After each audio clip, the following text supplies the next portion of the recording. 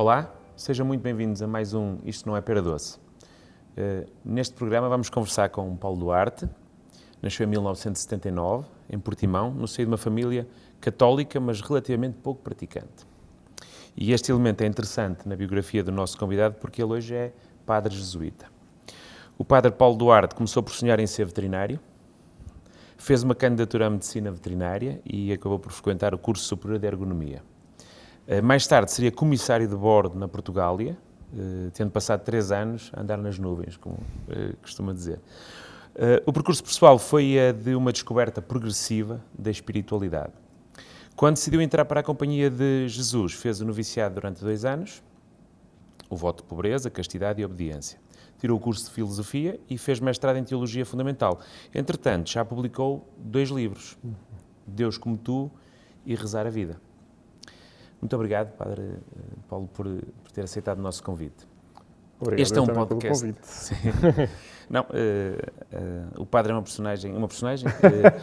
figura Sim. demasiado interessante para não nos ter chamado a atenção. Como este é um podcast de educação, ocorreu-me fazer aqui este paralelo. Não é? O padre lida numa igreja e orienta comunidades onde há tantos não praticantes e também é professor, onde também deve haver muitos alunos não praticantes.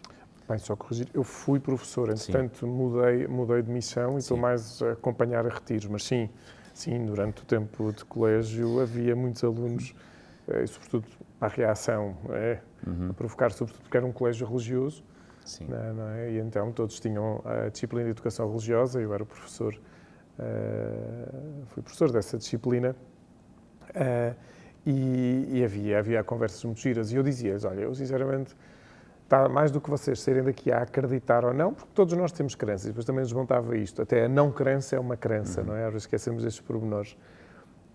Mas o que eu gostava era que vocês pelo menos soubessem interrogar e ficassem com uma cultura geral de que, mesmo no contexto religioso, porque é fundamental mesmo na nossa sociedade, quer dizer, nós somos uma sociedade com um pensamento judaico-cristão, independentemente se acredita ou não. Os valores vêm desta base, não é?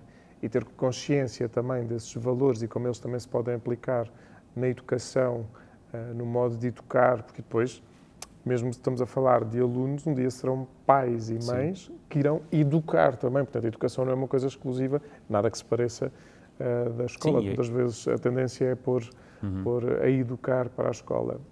Sim, é uma complementariedade da educação familiar. Ok. Aqui... A conversar consigo, há aqui um elemento que nos vai saltar logo aqui para a nossa conversa, que são as questões vocacionais.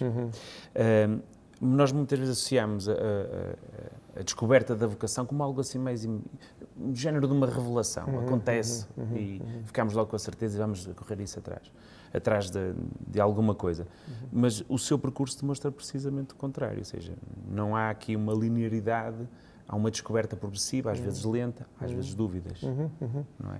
Sim, bem, o percurso vocacional é sempre interessante, não é?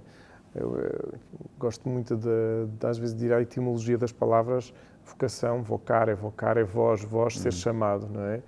E nós vamos sendo chamados de várias formas. Somos chamados no fundo, por exemplo, quando somos mais pequenos ou quando vamos crescendo, não é? Por imitação. Ou seja, há algo que nos chama a atenção e queremos. Por exemplo, eu no princípio, quando era pequeno, queria ser veterinário. Porquê?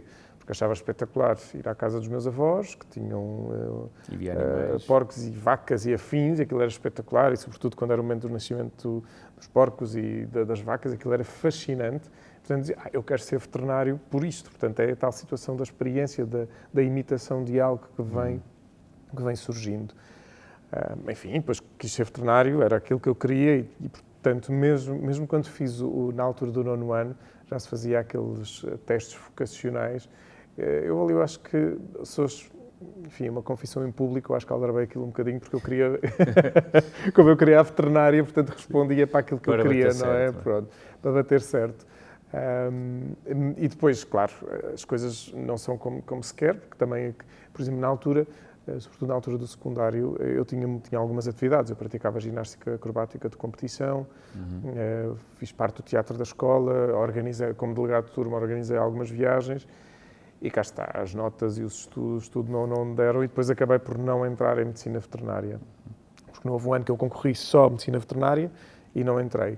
E depois, no ano seguinte, aí já concorri a outros cursos e depois acabei por entrar em ergonomia com a lógica da transferência, da mudança de curso.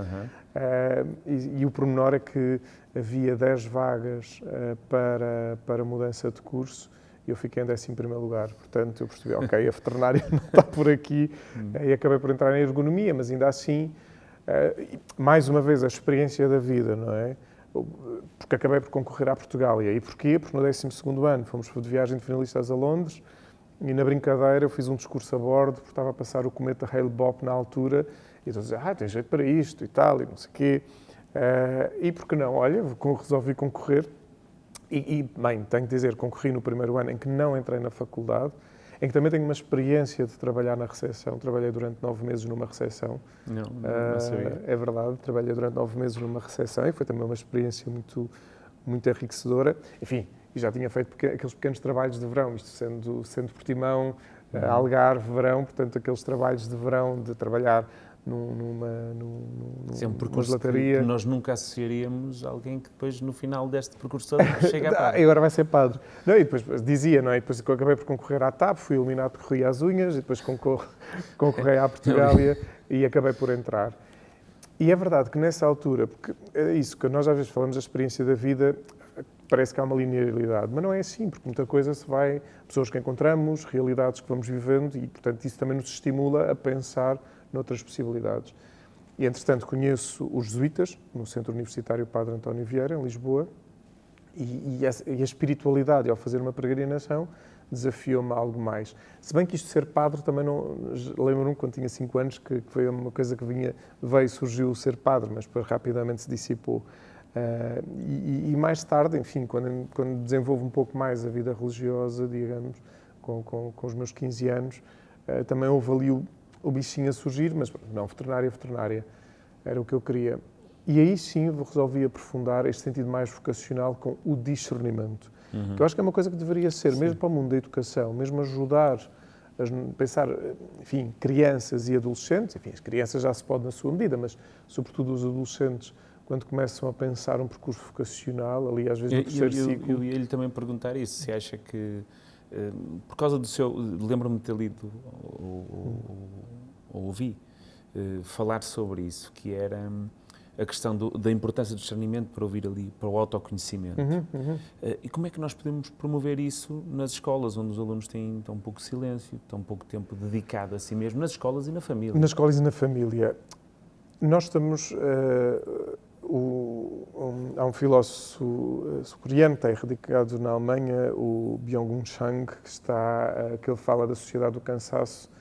E porquê? Porque uma das coisas que é que temos muito ruído à nossa volta e isso cansa. E até outro filósofo, Erling Kagge, que tem um livro muito interessante que é O Silêncio na Era do Ruído.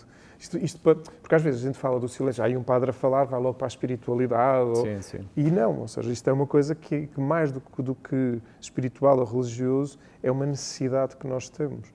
Aliás, se nós pensarmos biologicamente, naturalmente, se precisamos do sono, é porque precisamos de um silêncio e biologicamente esse sono, de algum modo, é um silêncio, um acalmar.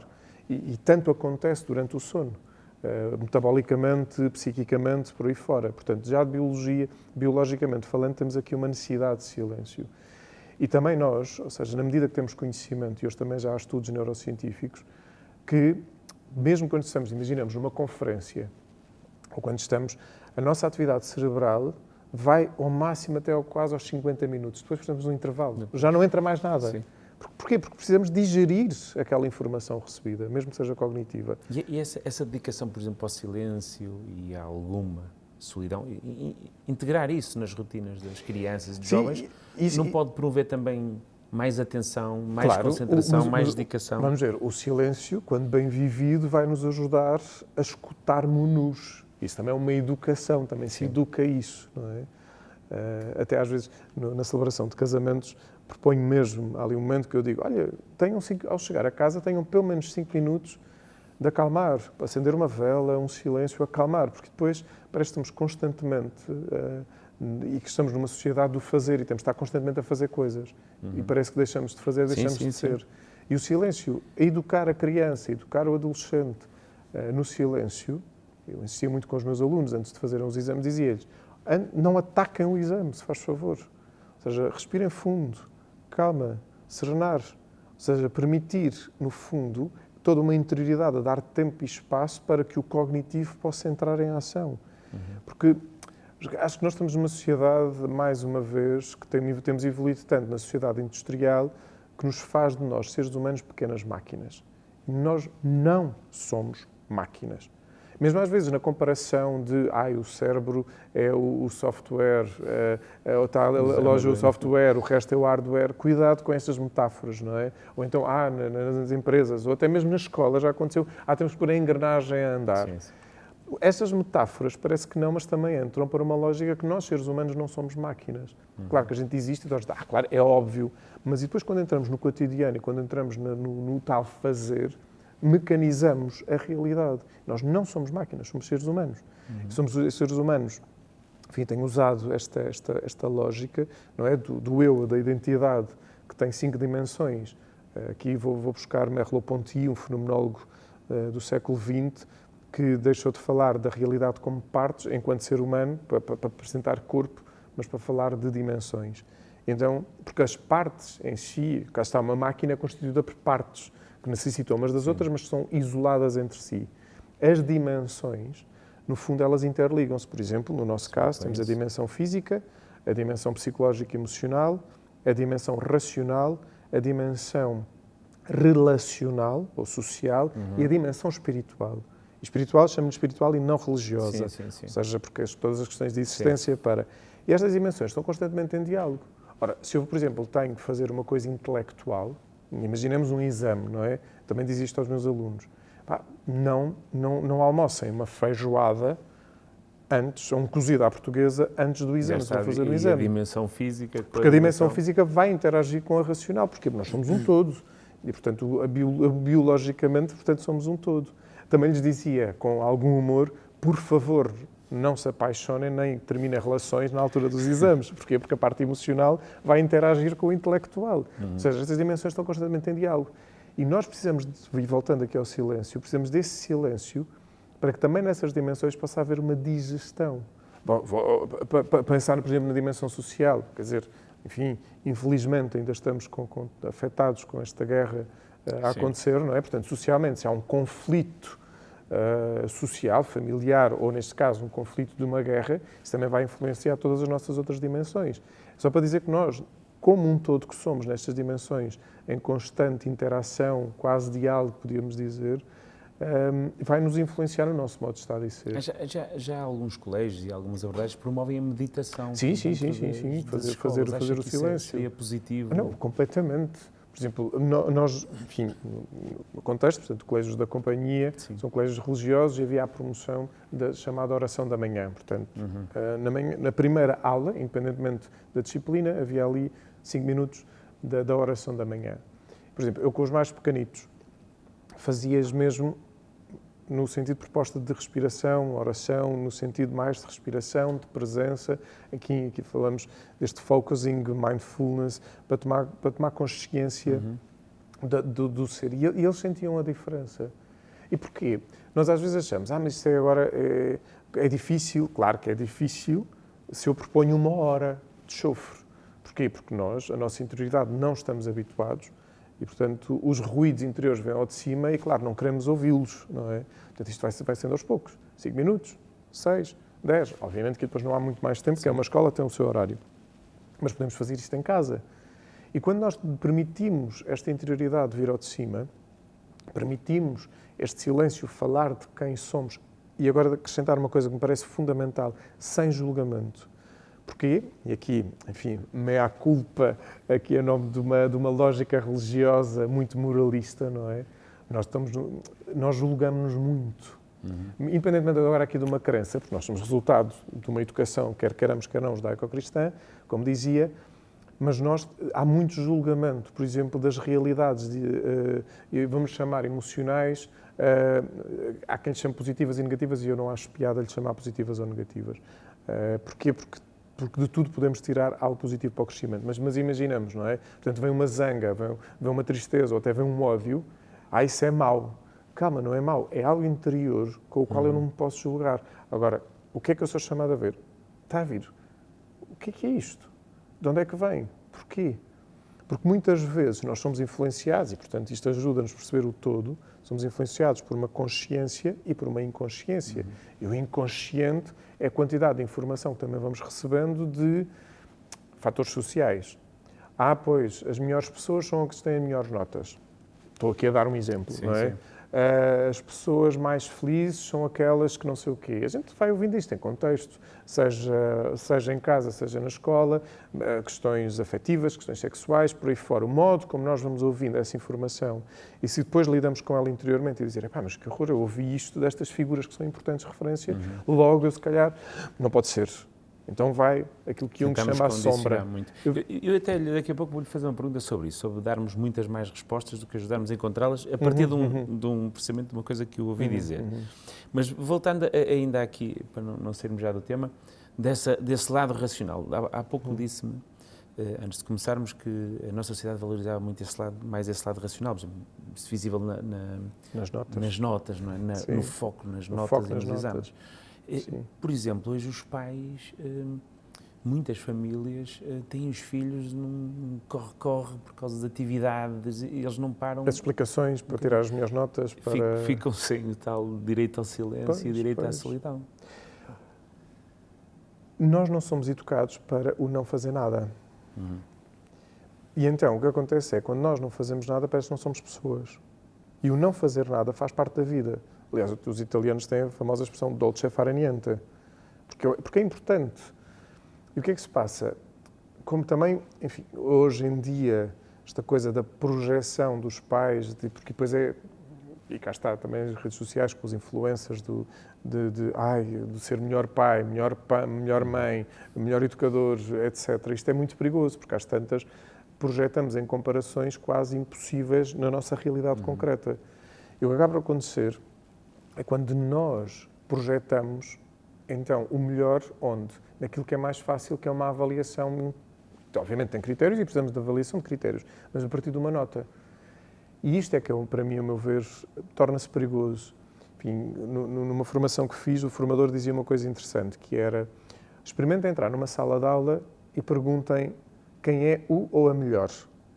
E ainda no nosso contexto, se calhar já vai havendo muitas mudanças, e ainda bem, mas em muitos contextos dizem é o fulano ou a fulana. Porquê? Porque tem as melhores notas. Sim. Eu acho que a educação deveria evoluir para um aspecto, e ele dizia isto, não é? E, portanto, concordo mesmo, que é chegar a uma sala de aula e perguntar quem é o melhor ou a melhor. E eles devolverem-nos a pergunta em quê? E porquê? Porque estamos a fazer uma educação a partir das competências e dos talentos. A valorização de cada pessoa, de quem que a pessoa é. Ou seja, porquê? Porque nós temos que sair desta lógica industrializada. Porquê? Porque ainda é uma educação que vai para a fábrica, que é tudo é igual para fazer a mecanização igual. E esquece a individualidade e o talento de cada pessoa. E quando nós nos começamos a perceber a partir dos talentos, das qualidades, algo não vai aflorar. E, a meu ver, se nós trabalharmos as qualidades, os dons, partimos mais para uma colaboração do que propriamente para uma competição. Porque, há uma competição que pode até ser saudável, mas se eu estou assoberbado na educação, isso eu vou levar, depois para o mundo do trabalho, por aí fora, e o que acontece é, quando estamos em competição, no fundo parece que estamos sempre constantemente a contrariar quem sou. E quando eu me escuto, na verdade, da minha pessoa, nos meus limites e nas minhas capacidades, mas, enfim, não preciso de entrar numa competição, e entro numa colaboração. E tudo isto vai nos ajudar a um trabalho de equipa, um trabalho de tomar consciência. Enfim, aqui vou buscar um autor bíblico, São Paulo, não é? Quando ele fala do corpo, e fala de corpo, não é? A mão não pode dizer ao pé, não preciso de ti. E se o pé deixa de ser pé, o que é que acontece? Fica sem nada? Portanto, todos nós, quando precisamos da nossa qualidade, sem estar em competição, mas em colaboração, percebemos a nossa importância. E então, enfim, a ler sobre liderança, havia um autor que falava, nós temos que, de algum modo, sair da pirâmide para passarmos para a constelação. Porque a pirâmide o que é? No fundo, acaba por ser todos iguais na base e há um que é mais iluminado, aparentemente mais iluminado e que manda em todos. E quando passamos para a constelação, o que ele diz é todos nós, de algum modo, podemos estar em inter-relação, em intercomunicação, e todos nós podemos dar o melhor de cada um aos outros. Aí estamos na colaboração. É por isso que também me referiu há pouco essa questão de aquela pressão, e ainda agora estava a falar disso, da pressão de estar parado, não é? Ou de parar, é mau, não se pode parar. E chega-se ali ao 12º, tem de se entrar para a universidade. Há muitos alunos que ainda nem sabem. E cada vez mais jovens. está a acontecer mais isso. É. Eu acho que, vamos ver, porque não haver, não lhe chamaria o ano zero, porque o ano zero, mais uma vez, aplica-se ao cognitivo de preparação para. Mas poder haver a possibilidade, e não ser problema, de verdadeiramente parar. Um ano de voluntariado, ou seja, acho que Portugal e para o mundo da educação, o Ministério da Educação, ou pelo menos o mundo da educação, ainda olha para esta formatação muito de um seguimento, não é? Mas devíamos olhar, por exemplo, para um adolescente com 17, 18 anos, ter ali um ano de paragem em que poderia ir fazer voluntariado noutra realidade para abrir os seus horizontes de experiências, por exemplo. E quando digo noutra realidade, é mesmo noutra realidade do mundo. Sim. Haver financiamentos onde havia a possibilidade de fazer experiências bastante fortes, porque isso abre muitas perspectivas. Estou a pensar num casal amigo, que o filho mais velho não conseguiu entrar na faculdade, e houve uma oportunidade e foi para São Tomé. Ver uns meses de experiência. Ele veio completamente diferente. E mesmo depois o ir para a faculdade, ou para o estudo que até que queria, o modo como vai olhar para os estudos é a partir dessa experiência renovada. Mais uma vez, saiu da cabeça, digamos assim, não é? Para os estudos intelectuais, para entrar na faculdade, para viver de corpo inteiro uma experiência que depois o intelecto, o modo como vai pensar essa realidade é completamente diferente. Sim, precisamos disso. É isso que é a parte que foi por isso que eu comecei por aí. A questão do seu percurso não ser linear, ser cheio de curvas e contracurvas, ir para um lado e ir para o outro, mas procura de um sentido.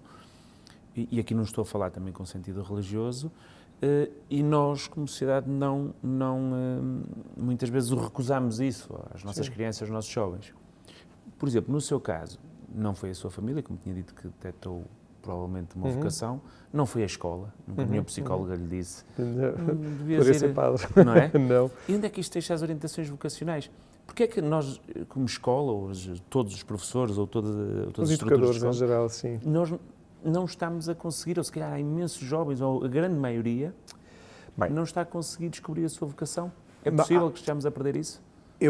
A meu ver, acho que é importante também dizer aqui uma coisa, que é, um pós-pandemia levou, e que para mim é cada vez mais claro, estamos a ver um burnout coletivo em várias áreas, profissionais de saúde, e agora pensando neste contexto, na educação. Porquê? Porque o educador, e neste caso educador-professor, porque, só fazer um pequeno parênteses muito rápido, nós não podemos esquecer o educador auxiliar, que tem um papel fundamental no contexto educativo, que às vezes olhamos sempre para o educador-professor, e é verdade que é o meio principal, mas gosto sempre de recordar o educador auxiliar, porque na tal relação humana pode observar o aluno em outras perspectivas. Mas pronto, fechando este parênteses. Portanto, mas o que acontece é que o educador-professor, o que é que acontece? Teve que se desdobrar com as aulas síncronas, assíncronas, a inventar, quando foi a pandemia, para quê? Para manter o cognitivo. Ou seja, porque os exames nacionais é que são importantes. Houve muitas exceções, atenção, estou aqui a generalizar, porque, pronto, para simplificar, mas obviamente, mas foi muito sempre voltado para os exames, a preocupação dos exames nacionais. Pronto.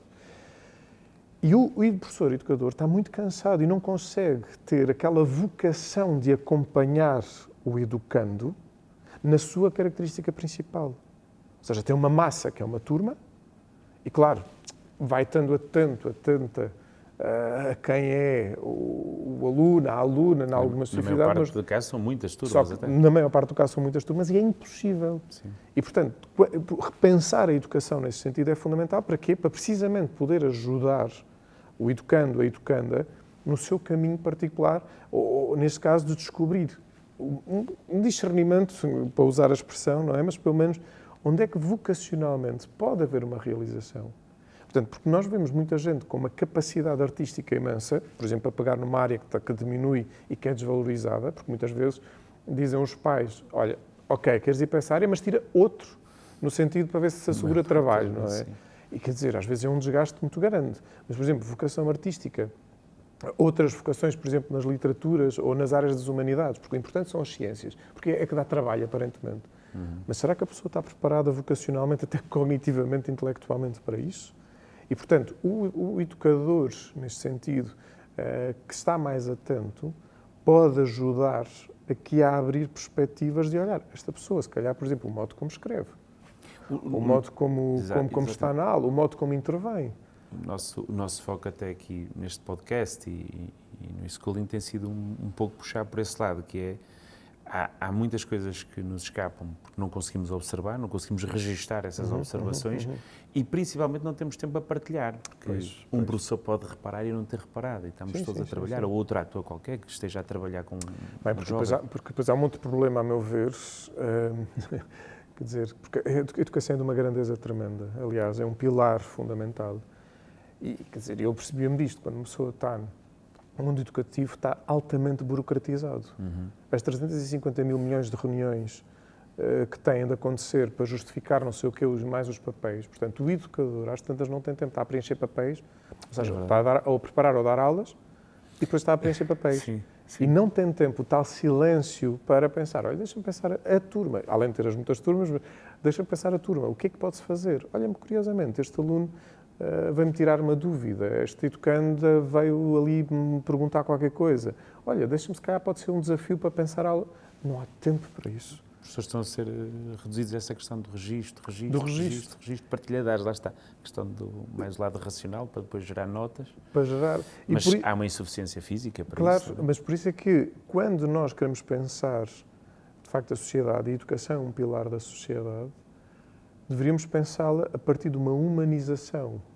Claro, se calhar estou a puxar aqui a brasa à sardinha, que foi assim a minha área de investigação, mais que esta questão de corpo, não é? O que é isto da afetividade? O que é isto nos conhecermos enquanto corpo total? E, portanto, aplicando essa metáfora depois ao ensino e à sociedade, volto a dizer, todos nós ganharíamos se nos descobríssemos plenos. Não é perfeitos, porque isso é outro engano, não é? Quase a pessoa perfeita. Eu não sei o que isso é, não é? Portanto, agora, quando há uma planificação, no sentido de, ok, estou a fazer um caminho, estou-me a escutar, estou a ver, e acabo por ver esta realização da pessoa ao se conhecer e poder aplicar os seus talentos, ou poder render os seus talentos, algo novo vai surgir. E todos ganharíamos. Chegou a referir isso, que muitas vezes nós olhamos, porque as pessoas não são um somatório de características, e na maior parte dos casos nas escolas nós fazemos isso, somar características, pontualidade, ou bem comportado, isso, mas deve ser visto como uma totalidade. Como uma totalidade, claro. Por isso é que também, cá está a dimensão relacional, ou seja, por exemplo, um educando que vive uma situação familiar complexa, que aconteceu-lhe alguma coisa. Ou seja, isto faz parte do processo educativo. Não vamos querer que agora entre na sala de aula, cá está, não é máquina, muda o shift e agora, pronto, aqui estou eu completamente atento a receber a matéria. As coisas não são assim, não é? E outra coisa que é, no fundo, também aplicar, de algum modo, dizer isto ao educador pai, educador mãe, me parece importante. Eu tenho insistido muito nesta frase, que as crianças e os adolescentes não são adultos em miniatura. E muitas vezes, porque foi a educação que de algum modo receberam, porque tiveram que ir trabalhar cedo demais, porque, enfim, nas gerações as coisas foram se transformando, mas no fundo quer-se que cresçam rapidamente. E, portanto, às vezes diziam, uma criança de 12 anos, é uma pessoa muito madura porque tem uma linguagem... Não, lamento, é imatura, porque se está com uma linguagem desfasada, demasiado adulta, há qualquer coisa ali que de repente avançou. E, portanto, não é madura. Isto é perigoso, porque cá está, mais uma vez, que é muito adulta. Não. A criança e o adolescente têm de ser criança e têm de ser adolescente, porque há um processo até biológico, e depois isso tem efeitos cognitivos, não é? Por isso é que há uma pedagogia, há um processo de aprendizagem, e não só intelectual, mas de toda a pessoa. Nós acreditamos que esse olhar na totalidade, a tecnologia vai ter um papel a ajudar, não é? Porque há todo um conjunto de limitações que nós não conseguimos observar e registrar e que já podíamos estar a integrar na educação e libertar os professores de muitas tarefas. Esse, aliás, é um dos nossos objetivos. Entretanto, estamos quase a acabar, mas eu pegando outra vez naquela conversa de há pouco, eu aproveitei uma frase sua, que nós devemos ajudar os jovens encontrarem respostas, as pessoas em geral, mas os jovens neste caso, encontrarem as suas próprias respostas e não dar. Não acha que a escola hoje em dia dá demasiadas respostas, demasiadas certezas? Não estou a falar dos conteúdos científicos, claro que sim, mas demasiadas certezas em vez de ajudar a procurar respostas ou não? Uma das coisas que tenho percebido é que a pergunta é um lugar da existência e no sentido de, se calhar, às vezes, ajudar a fazer mais perguntas e melhores perguntas. Para quê? Para que também, de algum modo, obviamente, há respostas que eu acho que temos que dar, cá está a pedagogia, não é? Portanto, conforme cada etapa. Mas e depois o desafiar a dúvida, o desafiar o questionar, o desafiar a procura.